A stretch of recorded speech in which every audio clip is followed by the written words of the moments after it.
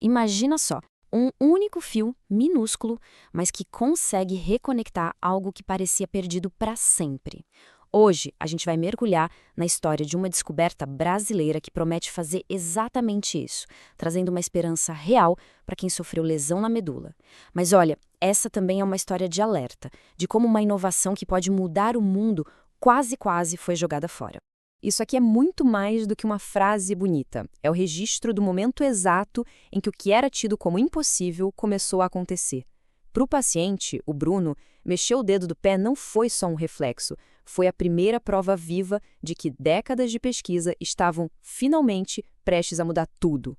A verdade é que todo grande avanço científico anda numa corda bamba, sabe? Entre o sucesso e o fracasso total.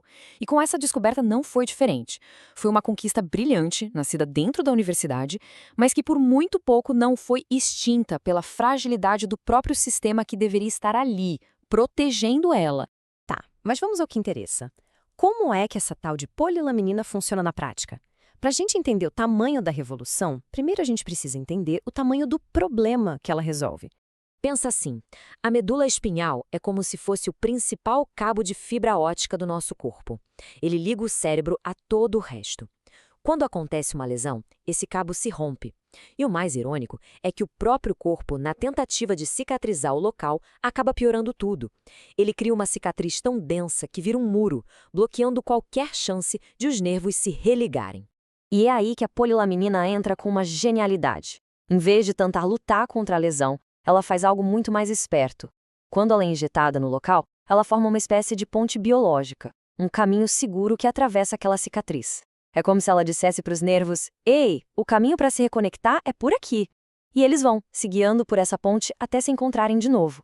E os resultados? Bom, para os primeiros pacientes, eles foram absurdos, transformadores. A gente está falando de pessoas que saíram de um espasmo mínimo de movimento para recuperar a capacidade de se mover, de controlar o próprio corpo e, em alguns casos, até de ficar de pé de novo. São vidas inteiras sendo reescritas. Uma descoberta desse calibre não surge do nada, né? Não foi um estalo, um momento eureka da noite para o dia, pelo contrário. As raízes dela estão fincadas em décadas de trabalho duro, de muita persistência, dentro do nosso sistema universitário público. O que a gente vê aqui são quase 30 anos de muita ralação. Começou lá no finalzinho dos anos 90, passou por uma colaboração internacional que foi chave para o projeto e culminou na parceria que salvou tudo. Cada um desses pontos foi construído com dinheiro público e com a dedicação incansável de uma equipe pequena, mas genial. Mas, bem na hora que a pesquisa estava mostrando um potencial incrível, o projeto inteiro se viu de frente com uma ameaça que podia acabar com tudo. Essa pergunta de $1 milhão, né? E ela vai direto no coração dos desafios que a ciência e a inovação enfrentam por aqui. A resposta para aquela pergunta está aqui, nas palavras da própria cientista que liderou tudo isso. Ela teve que tomar uma atitude desesperada, pagar do próprio bolso para manter a patente brasileira viva, porque a proteção internacional já tinha sido perdida.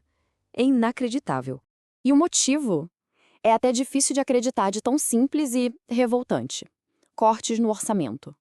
O financiamento da universidade secou e simplesmente não tinha dinheiro para pagar as taxas que manteriam a patente protegida no resto do mundo. Por causa de burocracia, de falta de verba, a invenção ficou totalmente exposta. Então, o resumo da ópera foi este. A patente brasileira, que demorou 18 anos para ser concedida, estava segura, mas só tinha 2 anos de validade pela frente. E a patente internacional tinha ido para o espaço. Isso significava que qualquer farmacêutica em qualquer lugar do mundo podia pegar a pesquisa e produzir, deixando o Brasil a ver navios depois de décadas de trabalho. Mas bem quando parecia que essa história ia ter um final trágico, com a descoberta sendo explorada por outros países, um parceiro fundamental apareceu, e aqui mesmo, no Brasil.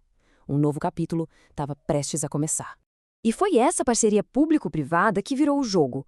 O Cristal entrou com os recursos e com a estrutura que a universidade sozinha não tinha mais para tocar o projeto, principalmente para produzir em larga escala e passar por todas as aprovações. E não foi pouco dinheiro, não. A gente está falando de um investimento na casa dos R$ 28 milhões. Um valor que não só salvou o projeto da gaveta, mas que permitiu que ele avançasse de uma forma que talvez nunca aconteceria. E aqui vem a grande sacada, a virada de mestre. Já que a patente da substância tinha sido perdida lá fora, o Cristália desenvolveu e patenteou uma coisa nova, o processo de fabricação. Um jeito único e complexo de produzir a polilaminina. Com isso, eles garantiram o controle da tecnologia no Brasil e no mundo por um longo tempo. Uma jogada brilhante. Ok, com a propriedade intelectual garantida e o futuro assegurado, quais são os últimos passos para que a polilaminina finalmente chegue a quem mais precisa? O caminho agora é um de rigor científico e, claro, de paciência. O tratamento precisa passar por várias fases de testes clínicos para provar, sem sombra de dúvidas, que é seguro e eficaz. Depois vem a aprovação dos órgãos reguladores, como a Anvisa, para só então a produção em massa começar. Cada etapa é fundamental para que isso chegue com segurança para a população, idealmente pelo SUS. No fim das contas, a jornada da polilaminina é um baita triunfo da nossa ciência, mas é também um alerta que soa bem alto. Ela escancara uma verdade incômoda. A gente tem mentes brilhantes capazes de criar coisas que mudam o mundo, mas a falta de apoio, a falta de visão, a burocracia, tudo isso quase fez a gente entregar de mão beijada essa conquista. Dói saber do nosso potencial e ver como o sistema muitas vezes dificulta em vez de ajudar. A polilaminina foi salva, mas a gente fica com a pergunta: quantas outras não tiveram a mesma sorte?